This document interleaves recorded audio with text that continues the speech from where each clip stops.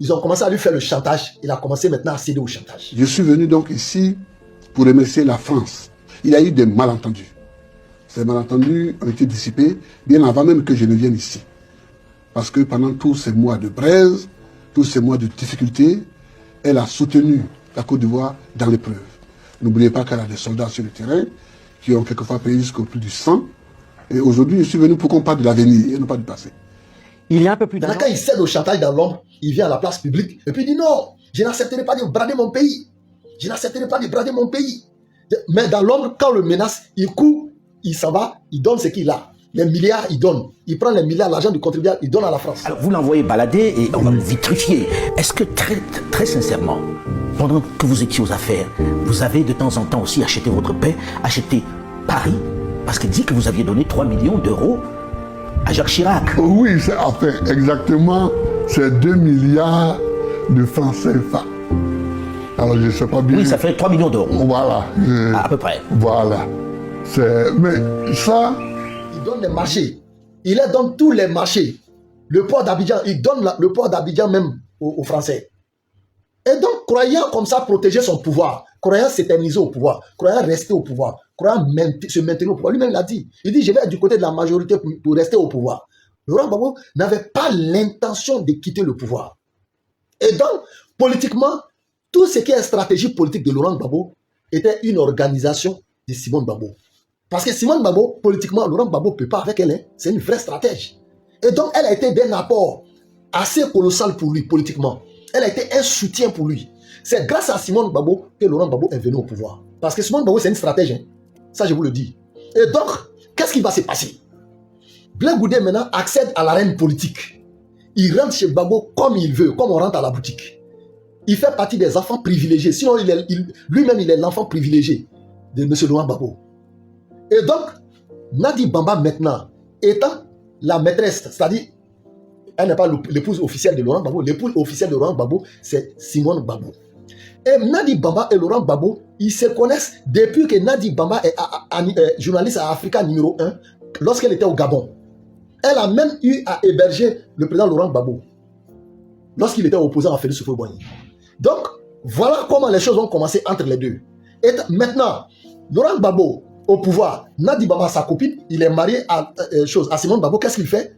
Il essaie maintenant de régulariser la situation de Nadi Bamba coutumièrement.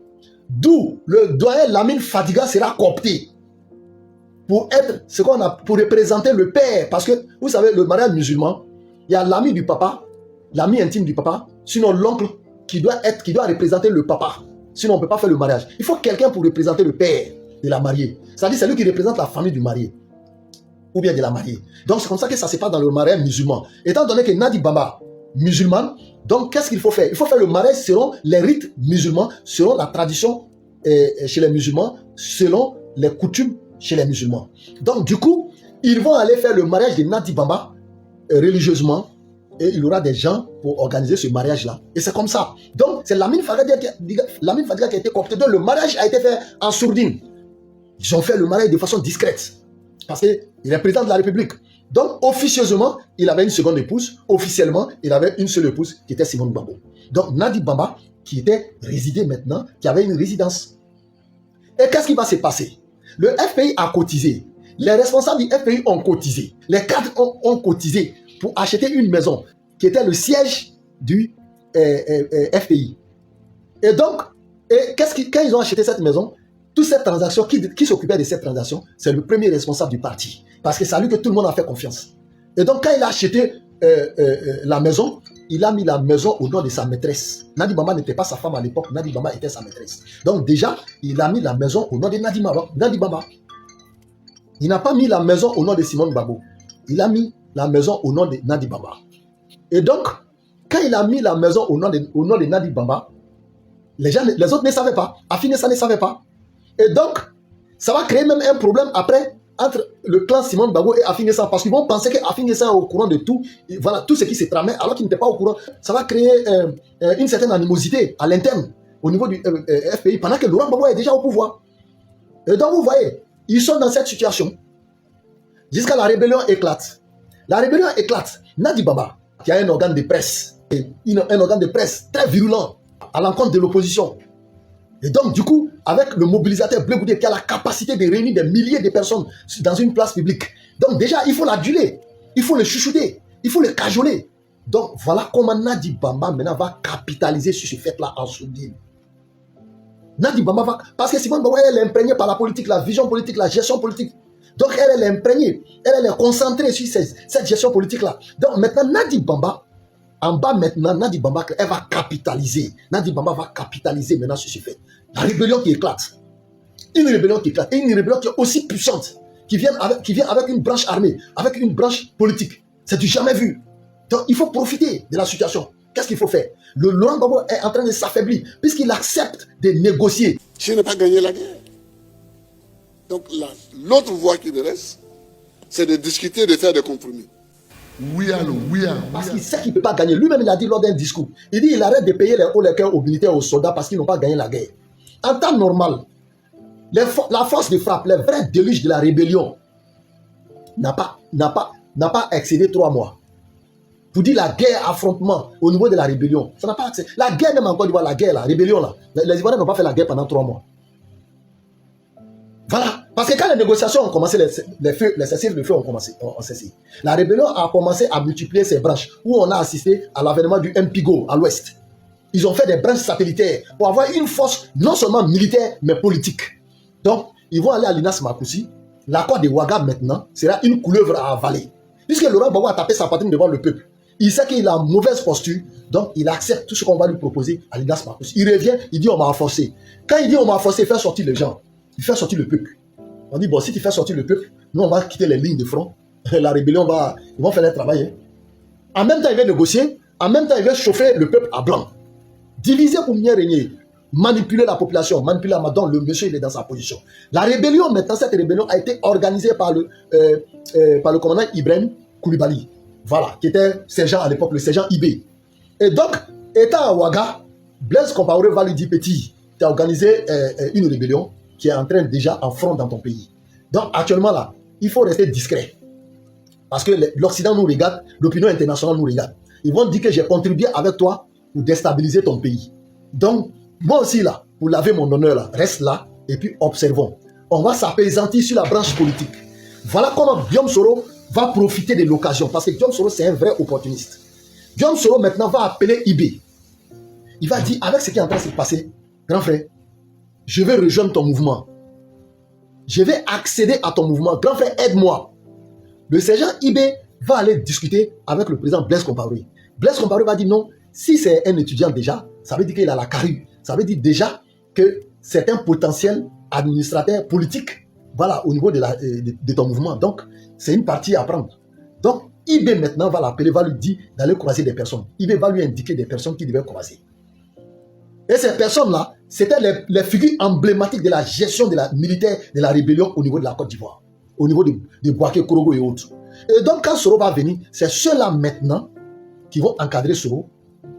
Et au niveau de Ouaga, ils vont former une élite militaire, voilà, militairement bien formée, ils essaieront de mettre autour de lui pour former sa sécurité. Parce que, confiance n'étant pas, il ne peut pas accepter de se faire protéger par les militaires proches de Laurent Gbagbo, au risque de se faire assassiner. Quand il a été nommé ministre de l'Information, il a même échappé à un assassinat au sein de la RTI.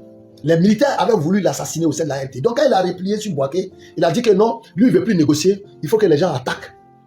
Et c'est là maintenant le combat de l'Ouest s'est produit où les rebelles voulaient descendre sur San Pedro. C'est en ce moment que la France est intervenue, pardon. C'est en ce moment que la France est intervenue, voilà, et pour pouvoir stopper l'élan des rebelles. Mesdames et messieurs, nous allons parler aujourd'hui, il faut que les gens nous écoutent. Cette histoire part de loin. Donc, Blé Goudé qui devient le chouchou, la rébellion, parce que Laurent Gbagbo, c'est chaud derrière lui. Donc, il faut qu'il ait la masse autour de lui. Blé Goudé a la capacité de réunir des milliers de personnes sur place. Déjà, qu'est-ce qu'il faut faire? Donc, toutes les autres figures de la FESI, qu'ils soient anciens, qu'elles soient des anciennes figures ou nouvelles figures, se sentent obligés maintenant de s'allier à Blé Goudé. C'est Blé Goudé qui dirige le game dans ce sens. C'est lui qui pilote le game. Même les opérateurs économiques en Côte d'Ivoire craignaient Blé Goudé. Les gens craignaient Blé Goudé même plus que Laurent Gbagbo en Côte d'Ivoire, à Abidjan. Je vous le dis, c'est un point que Blé Goudé était plus craint que Laurent Gbagbo. Je vous le dis, Blé Goudé était plus craint que Laurent Gbagbo. Parce qu'on dit, c'est lui qui réunit la masse. C'est lui qui est capable de réunir une si grande masse de la population dans un endroit pour montrer une image expressive à l'opinion internationale. L'homme qui pouvait le faire, c'était Blé Goudé. Il a été surnommé à l'époque le Gbapè. Le Gbapè, il a été surnommé le Gbapè. Donc, Blé Goudé déjà, la rébellion, c'est que Blé Goudé a une force indiscutable de réunir la masse. Et cette masse que Laurent Gbagbo prend plaisir aussi à manipuler. Donc, pendant que Simone Gbagbo est concentré sur les calculs politiques, les calculs de gestion politique, Nadi Bamba a commencé à faire un travail de fond en bas. Maintenant, ils s'en vont aux accords, d'accord en accord, pour ne pas faire trop long, Ouaga, Pretoria et tout. Donc, du coup, d'accord en accord, les différents premiers ministres qui sont passés, donc, ils n'avaient pas la carrure de tenir la dragée haute. Donc, qu'est-ce qu'il fallait faire? Il fallait maintenant capitaliser sur un premier ministre qui pourrait favoriser les négociations et l'acheminement vers un certain désarmement, l'acheminement vers les élections. Et donc, Nadi Baba maintenant, en bas maintenant, va commencer à monter maintenant sa stratégie. Donc, du coup, elle crée une complicité entre elle et puis Guillaume Soro. Déjà, une certaine familiarité, la facilité à se croiser, à échanger, à parler des affaires d'État. Étant donné que Blé Goudé, Guillaume Soro, déjà, avait une branche armée qui était mieux aguerrie, mieux entraînée, qu'est-ce qui va se passer? Qu'est-ce qui va se passer? D'abord, Blé Goudé, avec la FESI, proche et favorable il était proche et favorable à la gauche de Laurent Gbagbo. Donc, les revendications socio-estudiantines là sont devenues maintenant l'apanage de la gestion politique de Blé Goudé. Voilà. Quand la FESI bloque l'école est bloquée et Laurent Gbagbo n'y peut rien. Quand Blé Goudé intervient, la FESI intervient par la force. Donc, mesdames et messieurs, comme je vous le disais, donc, les revendications sociopolitiques deviennent entièrement un mouvement politique organisé à la sorte du parti au pouvoir. Et le métronome, c'était qui? Celui qui tirait la ficelle, c'était Blé Goudé. Donc, Blé Goudé était incontournable. Donc, Nadi Bamba va capitaliser sur ce fait-là. Pendant que Simone Gbagbo, de façon superficielle, elle est concentrée sur la gestion politique, les stratégies politiques. Parce qu'elle va au niveau de la gestion du pouvoir, la gestion politique du pouvoir. D'où maintenant, elle essaie d'échanger avec des gens, des figures emblématiques comme Pascal Nguessan et autres. Elle a des questions qu'elle leur pose. Ils sont censés lui répondre. Parce qu'il n'y a pas de réponse à ces questions-là, elle n'arrive pas à comprendre. Pendant ce temps, Nadi Baba, elle était en train de peaufiner tous les plans. Et vous voyez, déjà, Guillaume Soro était un opportuniste. Donc déjà, par ce fait-là, Guillaume Soro maintenant cherche maintenant à avoir un positionnement solide au niveau de la rébellion. Donc qu'est-ce qu'il faut faire? Déjà, ceux qui étaient ses maîtres, avant qu'il n'arrive sur le plan militaire, qui étaient des dinosaures que IB avait mis en place pour pouvoir gérer tout ce qui s'est passé militairement et politiquement au niveau de la Côte d'Ivoire, Guillaume Soro va procéder maintenant à l'interne, à leur assassinat. Est-ce que vous m'écoutez? Est-ce que le volume est bon? Guillaume Soro va procéder, mais il va mettre un plan d'action maintenant pour qu'ils soient simultanément assassinés au fil du temps, pour que les gens passent de vie à trépas. Donc, des attaques seront organisées. Donc, IB devient maintenant persona non grata. Puisque Soro Diom est le chef. Parce que Soro Diom ne voudra pas être le chef politique et puis avoir un autre chef militairement. Il va être le chef incontestable de la rébellion. Donc, qu'est-ce qu'il faut faire?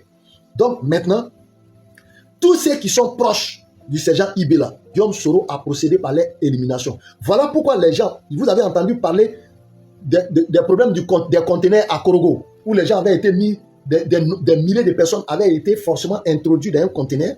Et puis voilà, vous imaginez pas ce qui leur arrive. Des gens mis dans un conteneur où il n'y a pas d'aération et fermés de force. Ces personnes sont passées de vie à trépas. Et c'est comme ça que les pro-IB ont été éliminés. Arrivé à un certain moment, la chasse aux sorciers a commencé. Des gens qui sont venus du premier BCP, c'est-à-dire du premier bataillon commando parachutiste, qui est l'unité d'origine du sergent IB, étaient des gens pourchassés dans la rébellion.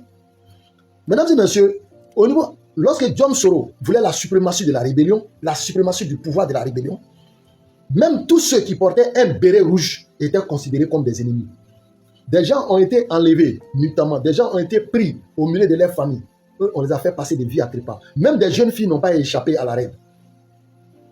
L'ordre a été donné. Voilà. Donc, voilà comment l'épuration s'est produite autour de Guillaume Soro. Et sans cela, les gens vont voir que Koulibaly Kass est tombé. Koulibaly casse, vous voyez qu'il est proche de Ibé, parce que Ibé s'appelait Koulibaly Ibrahim. Donc Koulibaly casse tombe. Voilà, c'est une des dures figures à QI de la rébellion. Voilà, il était un intrépide guerrier de la rébellion. Il est tombé. Mobio, tombé.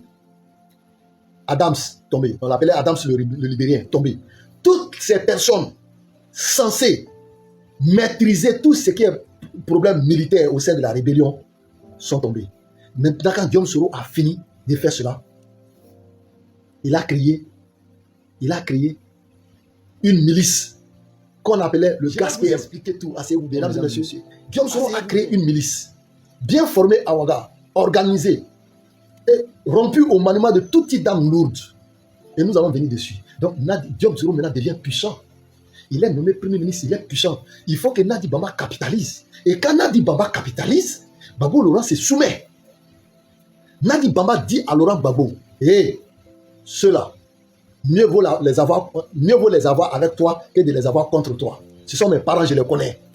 Mieux vaut les avoir avec toi que de les avoir contre toi. Donc, laisse-moi faire ce travail-là. Ce que j'ai dit, c'est ce qu'on fait. Et tu verras le résultat. Mesdames et messieurs, asseyez-vous. Je vous donne les explications, la synthèse. C'est fort. Ceux qui ne sont pas d'accord dans les commentaires, là, mettez dans les commentaires. Ceux qui ont d'autres informations que je n'ai pas dites ici, là, mettez ces informations-là dans les commentaires. Je sais de quoi je parle. On vient avec l'affaire. Les gens ne savent pas où les choses ont commencé. Aujourd'hui, les gens crient, mais ils ne savent pas où tout a commencé. On va donner toutes les explications. Blé Goudé lui-même, ayant pratiqué la théorie de Machiavel, à savoir diviser pour mieux régner, à savoir manipuler la masse. Blé Goudé lui-même, qui, ayant appliqué la théorie de Machiavel au sein de la FESI, va se reconnaître en un homme appelé Laurent Gbagbo. Et donc, voilà le mariage maintenant entre le caïd de la FESI, celui qui plie la FESI et qui remet la FESI à Laurent Gbagbo. Voilà. Comme son matériel de travail, celui qui fait ce travail-là s'appelle Blé Goudé. Et donc, voilà où Nadi Bamba va capitaliser sur 2 points. Parce que la relation entre Blé Goudé et Simone Gbagbo, c'était une relation de mère à fils. C'est-à-dire mon fils. C'est comme on fait comme si mon fils. Parce qu'elle est restée dans la gestion superficielle de la politique. C'est-à-dire, la méthodologie d'application politique, elle est restée dans ce fait-là. Pendant ce temps, tout ce qui est système de manipulation, tout ce qui est système d'intimidation, tous ces systèmes-là étaient gérés par un trio composé de Nadi Bamba, Blé Goudé et Laurent Gbagbo lui-même. Simone Gbagbo était innocente dans cette histoire. Parce que Simone Gbagbo, même Simone, je vais vous dire quelque chose que peut-être que vous n'allez pas me croire. Même les gars du corps de Simone Gbagbo perpétraient des choses que Simone Gbagbo ignorait. Elle peinait à croire.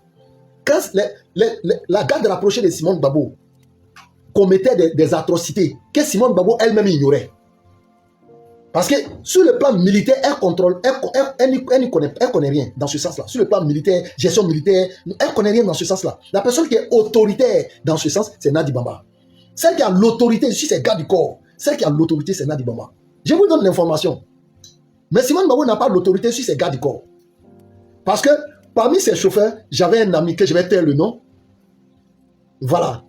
J'avais un ami que je vais taire le nom qui à l'époque, qui me donnait toutes les informations dans ce sens-là. Et c'est ce qui était vrai. La personne qui gérait la sécurité de Simone Gbagbo, c'est celui qui a fait passer le général Gueye et son épouse de vie à Tripa. Celui qu'on appelle Seka, comment on appelle Yapi Seka Anselme, non? Je crois. Seka. Le commandant Seka, merci. Seka Anselme.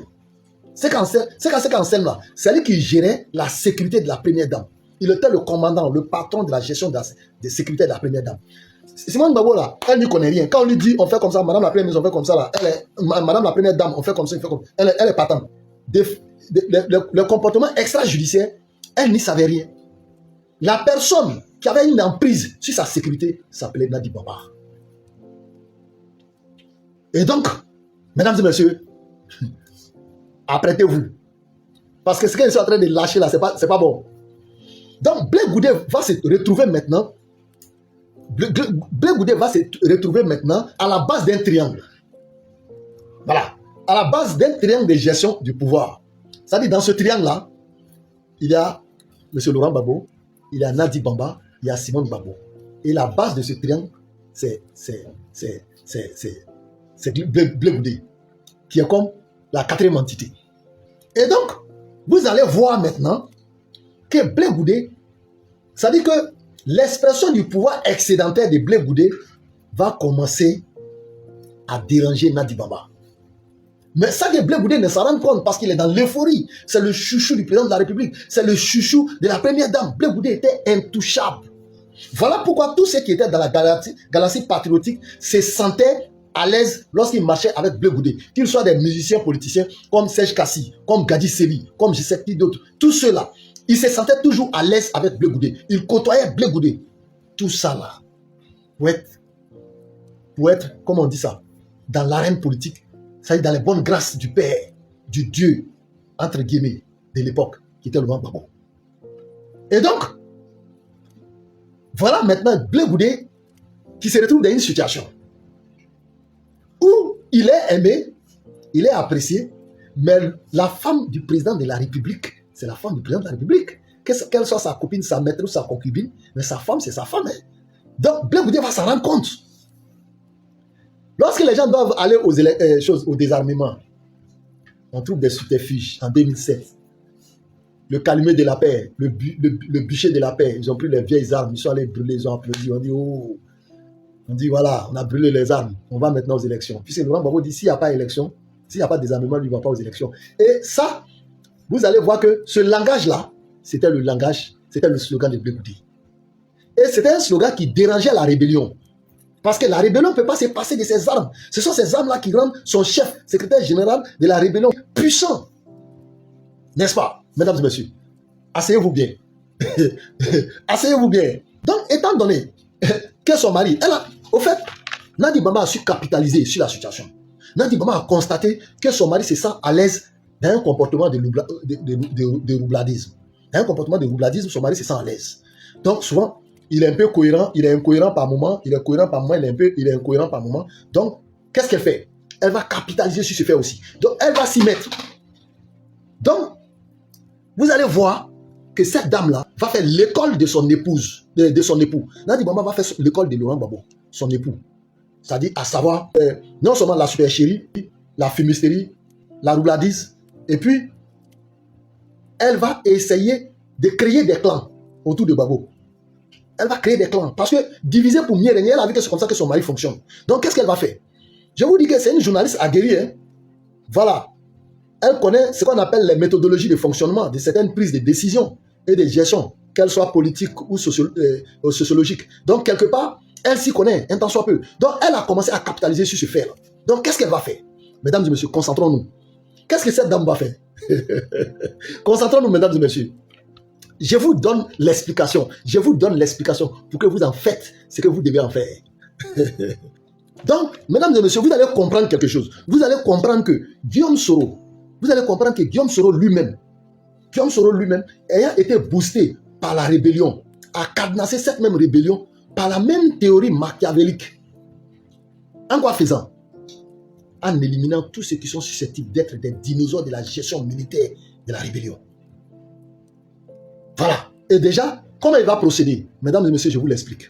Guillaume Soro, mesdames et messieurs, il a rejoint le trio de la théorie machiavélique à travers la rébellion armée. Je vous explique, ce trio, c'était quoi? Ce trio, c'était Laurent Gbagbo, Nadi Bamba et puis Blé Goudé. Donc, Guillaume Soro rejoint le trio. Guillaume Soro a donc rejoint ce trio-là qui était composé de Nadi Bamba, de Gbagbo Laurent et de Charles Blé Goudé. Donc, il devient la quatrième entité puisque Simone Gbagbo maintenant étant en électron libre qui ignorait un certain nombre de choses. Donc déjà, elle ne pèse pas trop dans la balance au niveau de ces quatre entités-là.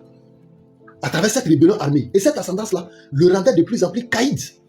Caïd, à partir du moment où il avait le droit de vie ou de mort sur les membres des habitants des zones occupées par la rébellion. Il était considéré comme un chef d'État dans la rébellion. Il était le secrétaire général de la rébellion, mais c'est lui qui avait le dernier mot. C'est lui qui décide. On l'appelait le patron. Dans la rébellion, Soro était appelé le patron. Il n'était pas appelé le SG, il était appelé le patron. Même par les officiers militaires qui étaient de son côté. Guillaume Soro était appelé le patron. Donc, tout le monde se méfiait de lui. Parce qu'il avait une certaine emprise sur certains militaires. Donc les gens se méfiaient de lui. Guillaume Soro maintenant, en tant que chef d'État dans la rébellion, va créer ce qu'il va faire. Il va faire ce qui va avec. Créer maintenant une armée. Il va créer une armée qui est supposée être plus puissante que toute l'armée de la rébellion. Je vous explique, mesdames et messieurs. Et cette armée-là va s'appeler le GASPM. Le GASPM, c'est-à-dire Groupement de sécurité du Premier ministre. Parce qu'il était déjà nommé Premier ministre. Il faut qu'il ait, comment on appelle, une sécurité pour cela. Donc, il va créer maintenant le GASPM. Et le GASPM, je vous dis que c'est une milice autour de lui qui a été créée, qui a été formée et rompue au maniement de tout type d'armes lourdes. Je vous dis, tout type d'armes lourdes. Le GASPM, c'était une milice formée en tant que telle. Comme je le disais tantôt. Donc, voilà maintenant une unité qui sera formée au Burkina Faso, majoritairement au Burkina Faso. Et cette unité est rompue au maniement de tout type d'armes lourdes, tout type d'armes de guerre autour de Guillaume Soro. Et avec les armes qui vont avec. Voilà, à partir du Burkina Faso, il va recevoir des armes. Ils étaient rompus au maniement de tout type d'armes. Les T80, les AGL, les DCA, les RPG, les SIG, les AK-47. Et cette unité-là autour de lui, avec une représentation à Boaké, avec une représentation à Korogo, avec une représentation dans les zones CNO. Avec toutes les zones qui étaient sous le contrôle de la rébellion. Donc, il va essayer de faire un dispatching avec les commandements. Donc, chaque commandant est le premier responsable de sa zone. Voilà comment on les appelait les com-zones, c'est-à-dire les commandants des zones. Et les commandants des zones étaient considérés comme des préfets, en quelque sorte. Et c'est une puissance qui est là. Donc, Guillaume Soro, c'est les représentants de Guillaume Soro. Et ce sont eux qui amassaient l'argent. Les passages des véhicules, des camions de pays en pays, ce sont eux qui prenaient l'argent. Et cet argent-là passait à la direction du secrétariat de choses, des forces nouvelles. Et même le braquage de la BCAO. Le braquage de la BCAO a été ordonné par Guillaume Soro. Mais Laurent Gbagbo savait que la BCAO allait être braquée. Parce qu'il fallait avoir de l'argent. Il fallait amasser de l'argent. Et pendant le braquage de la BCAO, les gens se sont entretués entre eux. Donc Guillaume Soro a amassé des fortunes. Il a amassé beaucoup d'argent. Et dans le braquage de la BCAO, c'est quelque chose qui a été organisé, planifié. Les cerveaux, quand ils se sont servis maintenant là, ils ont demandé aux voisins, comme on le dit maintenant, c'est-à-dire ceux qui sont en bas là, les soldats, les autres là, bon, allez-y vous servir, le reste. Et c'est comme ça que ça s'est passé. Et donc, tous les commandants des hommes qui se sont servis dans le braquage de la BCAO, Guillaume Soro avait une cotation, Guillaume Soro avait son quota. Donc, du coup, Guillaume Soro devient puissant. Il est premier ministre de Laurent Gbagbo et il est super puissant. Il échange permanemment avec Guillaume Blé Goudé. Il échange avec ses personnalités politiques, comme le Konaté Siriki que vous connaissez et autres, et tout, qui était le porte-parole de la rébellion à l'époque. Donc, toutes ces personnes autour de lui, les Mété Sendou qu'on a connus, toutes ces personnes dans la rébellion qui étaient autour de Guillaume Soro. Guillaume Soro était considéré comme le maître du jeu. Donc, étant le maître du jeu, la femme du président Laurent Gbagbo va lui faire savoir que non, ceux-là, il faut les avoir avec nous, plutôt contre nous. Donc, du coup, voilà où l'affinité entre Nadi et Guillaume Soro maintenant va commencer maintenant à se planter, à s'imposer. Et Nadi maintenant va prêcher pour sa chapelle. Elle va contrôler le game. Et quand elle contrôle le game, c'est qu'elle décide, c'est ce que Laurent Gbagbo accepte. Donc, c'est Nadi maintenant qui va dire tout ce langage où Blé Goudé, que Blé Goudé a l'habitude de tenir dans le public là, elle ne se sent pas à l'aise avec. Demandez à la rébellion de désarmer. Donc on est aux élections. S'il n'y a pas de désarmement, il n'y a pas d'élection. Donc vous allez voir que Blé Goudé a commencé à changer de discours. La sortie de Blé Goudé sur NCI a brisé un long silence autour du pouvoir Gbagbo. Les noms de Nadi Bamba et de Soro Guillaume refont surface, révélant les fissures d'un passé encore brûlant. Qui gouvernait vraiment la Côte d'Ivoire entre 2000 et 2011 ? Derrière le héros national, l'histoire dévoile un homme encerclé, mais un peuple qui refuse toujours de renoncer à l'espérance. Depuis la sortie de Charles Blé Goudé sur la chaîne NCI, un vent de vérité souffle sur la Côte d'Ivoire. Ce que beaucoup chuchotaient à voix basse se dit désormais sans détour. Les langues se délient, les visages tombent et les certitudes d'hier s'effritent. Pour la première fois depuis longtemps, le mythe Gbagbo tremble. Non pas parce que son combat était injuste, mais parce que les zones d'ombre autour de lui deviennent trop lourdes à ignorer. Et nous, peuple qui avons tant cru, tant souffert, tant espéré, nous nous interrogeons. Laurent Gbagbo, l'homme du peuple, s'est-il fait rouler dans la farine ? Ou pire encore, a-t-il fini par croire aux illusions que son entourage tissait autour de lui ? Nous avons toujours voulu voir en lui le repère moral d'une nation humiliée, l'homme qui osa dire non à la France, à l'ONU, au diktat occidental. Et cela, nul ne le lui enlèvera jamais. Mais derrière la grandeur du symbole se cachait un pouvoir fracturé, une présidence rongée par les influences, les compromis, les ambitions personnelles. Une présidence où lentement mais sûrement, les décisions ne semblaient plus venir du cœur du peuple, mais d'un cercle étroit où s'entremêlaient sentiments, intérêts et manipulations. Tout le monde parle aujourd'hui de Nadi Bamba. Son nom revient comme un refrain amer, celui d'une femme que beaucoup accusent d'avoir pris trop de place dans la sphère politique, sans mandat, sans légitimité, simplement parce qu'elle partageait la vie du chef.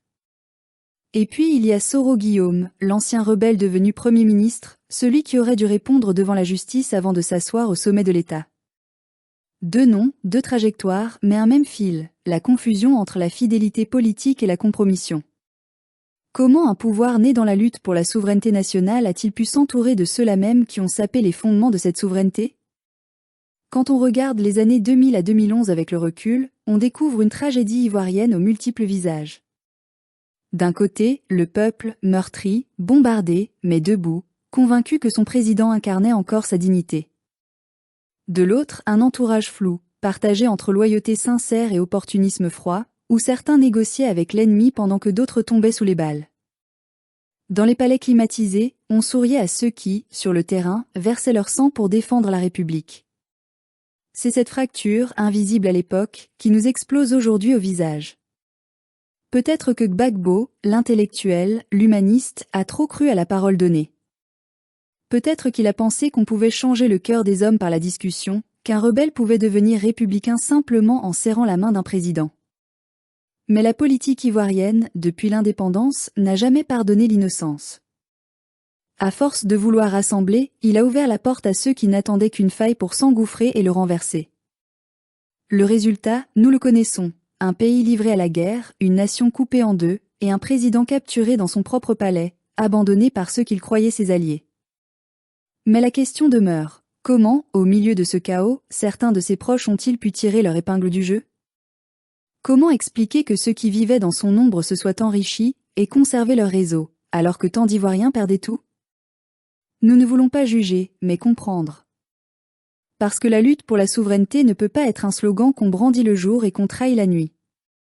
Si nous voulons réellement libérer notre pays de la tutelle extérieure, il faut d'abord le libérer des trahisons intérieures. Les révélations qui circulent aujourd'hui sur Nadi Bamba, sur Soro Guillaume, sur les alliances étranges de cette époque, réveillent une blessure ancienne, celle de la confiance brisée. Et pourtant, le peuple ivoirien ne cherche pas la vengeance. Il cherche la vérité. Il veut savoir comment, pourquoi, à quel moment le rêve de refondation s'est transformé en cauchemar. Il veut comprendre pourquoi, depuis 20 ans, les mêmes visages gravitent autour du pouvoir, qu'ils soient bleus, verts ou orange, pendant que le peuple reste toujours au bas de l'échelle. Laurent Gbagbo n'est pas un traître. Il a aimé ce pays, peut-être plus que quiconque. Mais il s'est trompé sur les hommes. Il a cru que la loyauté se mesurait à la proximité, alors qu'elle se mesure à la droiture. Il a cru que pardonner suffisait à guérir les plaies, alors que certains pardons nourrissent la trahison. Et pendant qu'il tentait d'unir, d'autres tramaient la division. Pendant qu'il regardait l'avenir, d'autres vendaient l'espoir du peuple au plus offrant. Aujourd'hui, la Côte d'Ivoire paie encore les conséquences de ses erreurs. Les fractures régionales, les rancunes ethniques, les méfiances politiques, tout cela trouve racine dans cette décennie où la vérité a été étouffée sous le poids des compromis. Et ceux qui profitent encore du pouvoir actuel savent qu'ils doivent beaucoup à ces ambiguïtés d'hier. Mais tout n'est pas perdu. Car de cette douleur peut naître un renouveau. Si nous acceptons de regarder notre histoire en face, sans tabou, sans mythe, sans haine, alors nous pourrons reconstruire. Oui, Gbagbo reste un repère, un symbole. Mais un symbole n'est fort que s'il accepte la critique. Nous devons oser lui dire, Président, vous avez donné votre vie pour la souveraineté de la Côte d'Ivoire, mais certains de vos choix ont ouvert la porte à sa dépossession. Vous avez combattu l'ennemi extérieur, mais vous avez sous-estimé l'ennemi intérieur. Et pourtant, malgré tout, l'espérance demeure. Parce que le peuple ivoirien n'est pas mort. Il se relève, il apprend, il observe. Il comprend maintenant que la libération d'un pays ne se confie pas à un seul homme, mais à une conscience collective. Gbagbo a semé la graine, à nous de la faire pousser, autrement, plus lucidement. Il a ouvert le chemin à nous de ne plus tomber dans les pièges qui l'ont fait chuter. La Côte d'Ivoire doit renaître, non pas contre Gbagbo, mais au-delà de lui. Renaître dans la vérité, dans la justice, dans la mémoire. Renaître pour que plus jamais un chef ne soit pris en otage par son entourage, ni un peuple par des intérêts étrangers. Renaître pour que la politique redevienne un service et non un marché. Oui, nous avons le droit d'être en colère. Oui, nous avons le droit d'être déçus. Mais surtout, nous avons le devoir d'espérer.